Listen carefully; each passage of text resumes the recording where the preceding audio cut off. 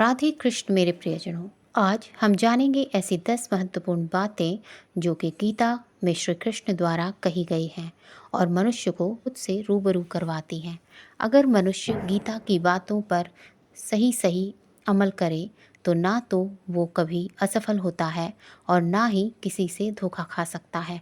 इसमें कई गई बातें अनमोल हैं। आज के इस वीडियो में हम आपको श्री कृष्ण द्वारा बताई गई 10 महत्वपूर्ण बातों के बारे में बताने जा रहे हैं, जिसे आत्मसात्कार कर आप जीवन के सभी सुखों को प्राप्त कर सकते हैं।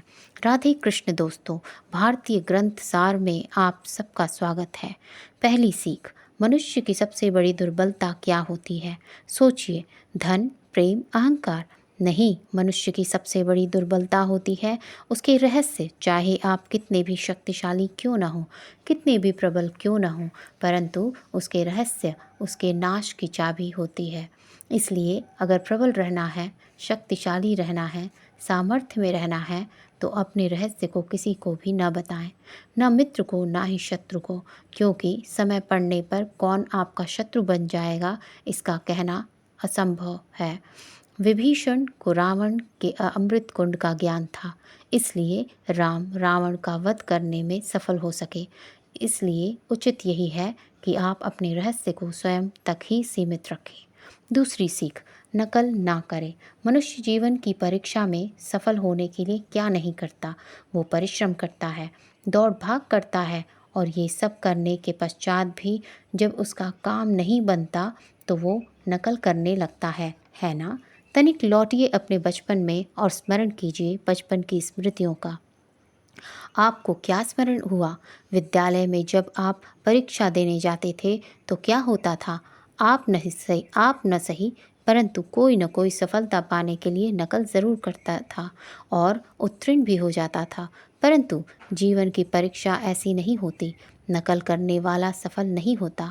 कारण यह है कि विद्यालय में सबके प्रश्न पत्र एक जैसे होते हैं, परंतु जीवन के प्रश्न पत्र एकदम भिन्न और अलग होते हैं। और जब प्रश्न ही भिन्न होगा तो उसके उत्तर भी भिन्न ही होंगे ना।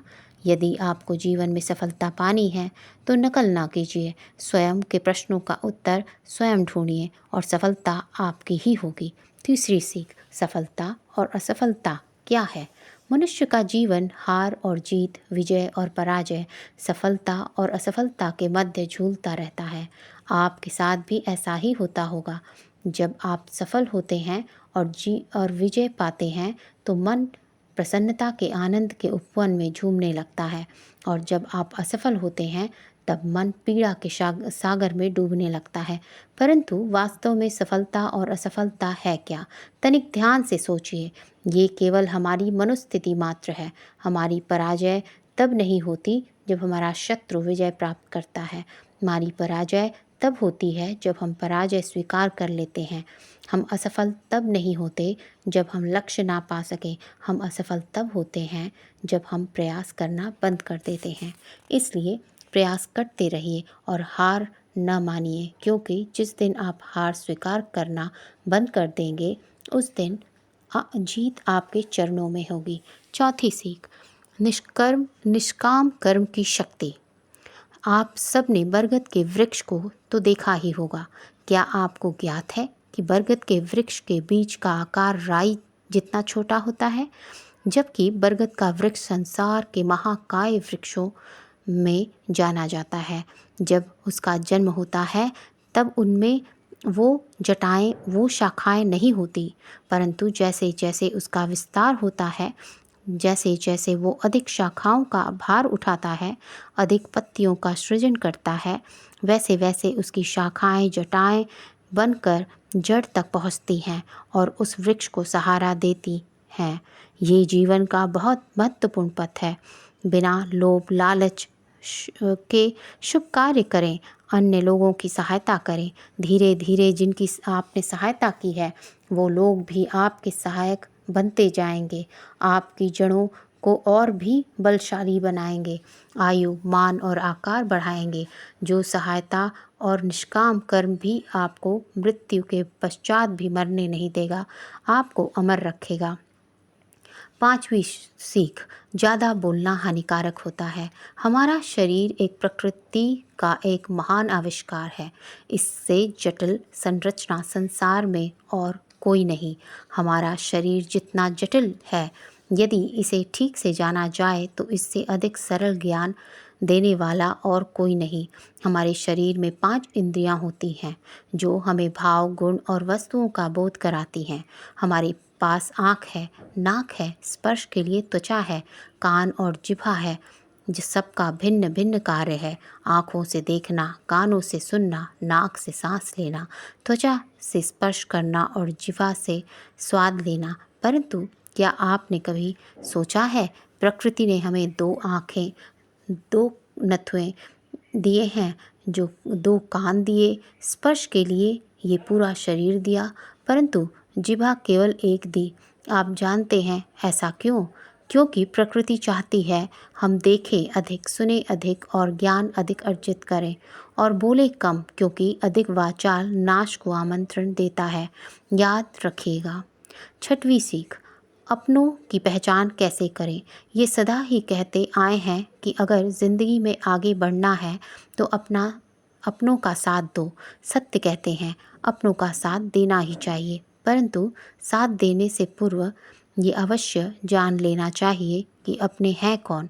क्या अपने वही होते हैं जिनके साथ हमारा रक्त संबंध होता है, या अपने मित्र, या अपने वो होते हैं जो हमें सत्कार्य के लिए प्रेरित करते हैं, हमें आगे बढ़ना सिखाते हैं और हमारा साथ देते हैं।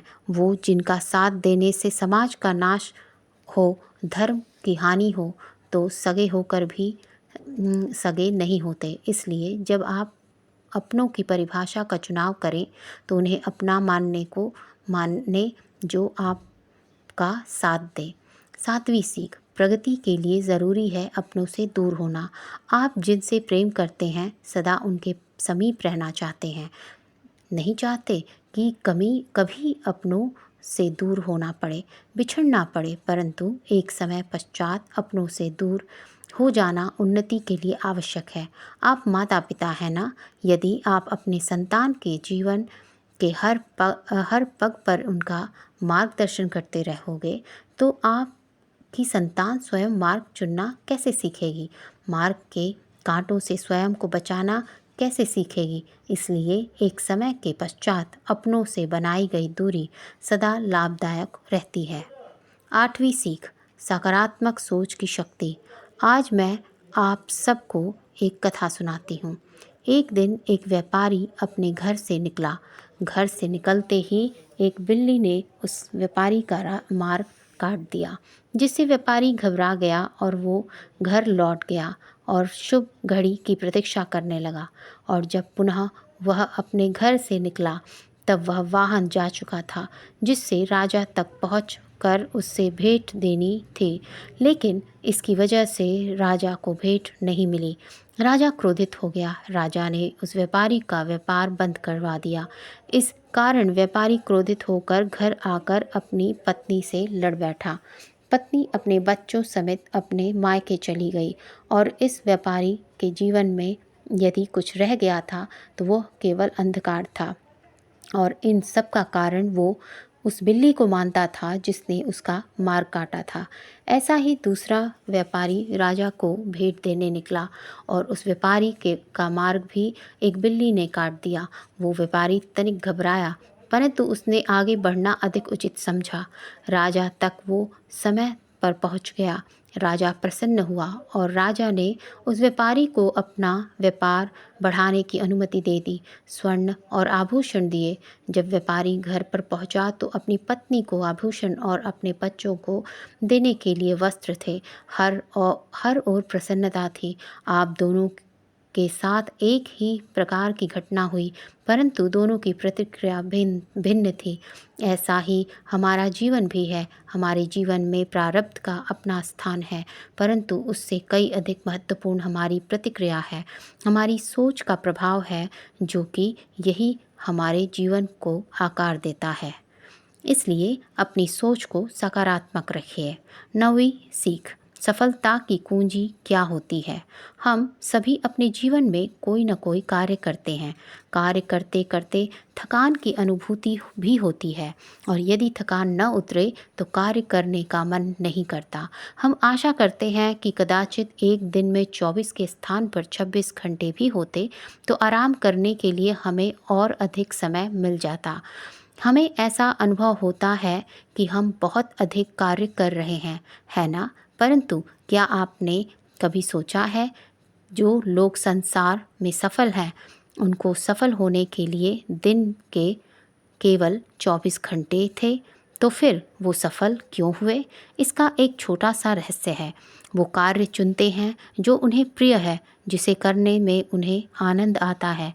उन्हें लगता है कि नहीं कि वो कार्य कर रहे हैं, उन्हें लगता है कि वो प्रतिफल आनंद मना रहे हैं। और जब आनंद मनाते हैं तो थकान कैसी? इसलिए यदि आप जीवन में कोई भी काम कर रहे हैं तो वो आपके मन को भाना चाहिए, या जो कार्य आप कर रहे हैं उससे आपके मन को शांति मिलनी चाहिए। सफलता आपको अवश्य मिलेगी।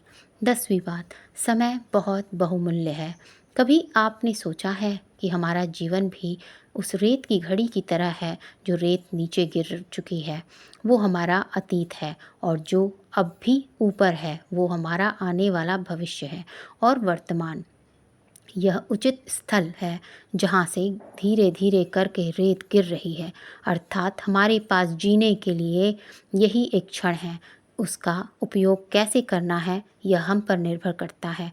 जो बीत गया उसका दुख मनाना है, या जो भविष्य में आने वाला है उसकी प्रतीक्षा में क्रोध करना है। सब कुछ करने के लिए यही एक क्षण है। प्रसन्न रहना है तो उसके लिए भी यही एक पल है। प्रतीक्षा करते रहोगे तो ये पल भी भूतकाल में बदल जाएगा। इसलिए आनंद के लिए या परोपकार के लिए प्रतीक्षा ना कीजिए। आपके पास जो पल है उसका भरपूर सदुपयोग कीजिए, क्योंकि इस घड़ी को पलटकर आप फिर से समय अवश्य गिन सकते हैं, परंतु अपना बीता हुआ समय आप वापस नहीं लौटा पाएंगे। तो दोस्तों, भगवान श्री कृष्ण की बातों से आपने क्या सीखा? नीचे कमेंट में हमें ज़रूर लिखकर बताइएगा। और उम्मीद करती हूँ कि आपको हमारी आज की यह प्रस्तुति ज़रूर पसंद आई होगी। अगर पसंद आई हो तो ज़्यादा से ज़्यादा लाइक और शेयर कीजिए, ताकि आपके जानने वालों को भी जीवन से जुड़ी ये बातें पता चल सके। साथ ही ऐसे आध्यात्मिक वीडियोस के लिए अभी भारतीय ग्रंथसार को सब्सक्राइब करें। तो दोस्तों, आज के वीडियो में बस इतना ही। जय श्री राधे कृष्ण।